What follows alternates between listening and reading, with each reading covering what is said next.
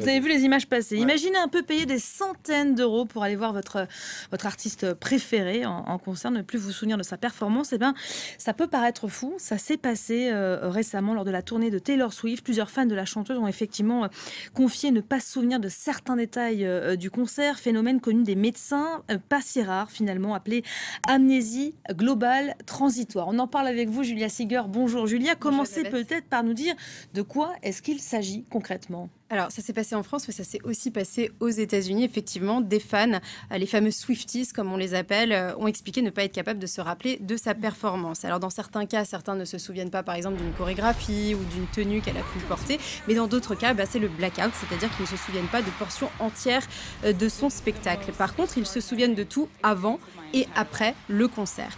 Et c'est un phénomène qui a pris tellement d'ampleur que finalement, une scientifique du New Jersey s'est penchée sur le sujet et a même diffusé et publié un papier de recherche. Et selon elle, il s'agit effectivement du syndrome de l'amnésie globale transitoire qui se caractérise par une perte de mémoire, mais que sur une courte période. Alors, c'est dû à un trop-plein d'excitation, de stress qui va en fait submerger le cerveau et notamment la zone qui encode la mémoire sensorielle et la mémoire des souvenirs. Alors, notre mémoire, en fait, elle est extrêmement sensible aux émotions, que ce soit des émotions positives ou négatives. Quand vous êtes submergé par des émotions négatives, vous allez être enclin à développer un syndrome post-traumatique. Mais si vous êtes submergé par des émotions positives, eh bien, vous pouvez effectivement perdre la mémoire, avoir ce type d'amnésie. Et c'est exactement le même sentiment que ce qu'on peut ressentir quand, par exemple, on s'est tellement amusé lors d'une fête, par exemple, ou lors d'un événement, qu'on a eu l'impression que le temps est passé extrêmement vite.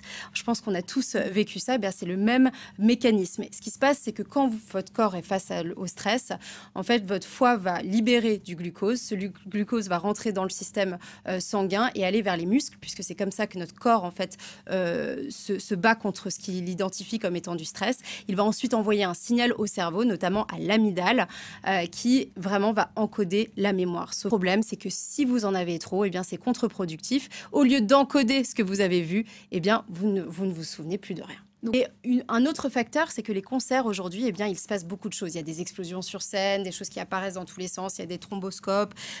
Donc, on est en fait bombardé d'informations et on pense que ça aussi, ça a son impact. Et c'est un peu similaire à ce qui se passe avec les enfants quand on les met face à des écrans et à des dessins animés qui bougent extrêmement vite. Eh bien là, on n'arrive plus en fait à encoder ce qu'on est en train de voir, on n'arrive plus à apprendre et à absorber l'information. Est-ce qu'il y a des prédispositions, des facteurs de risque? Alors, c'est important de dire que c'est un syndrome qui est bénin. C'est juste sur cette période-là où on va avoir cette amnésie, mais ensuite, il n'y aura rien. Par contre, effectivement, il y a une étude qui a été menée sur 200 personnes en Argentine et qui estime que ça va toucher plutôt les personnes âgées, entre 50 et 80 ans, mais aussi, surtout, ça touche plus les personnes qui souffrent déjà d'anxiété et de dépression. Merci beaucoup, Julia Seeger. Papier intéressant, ces recherches.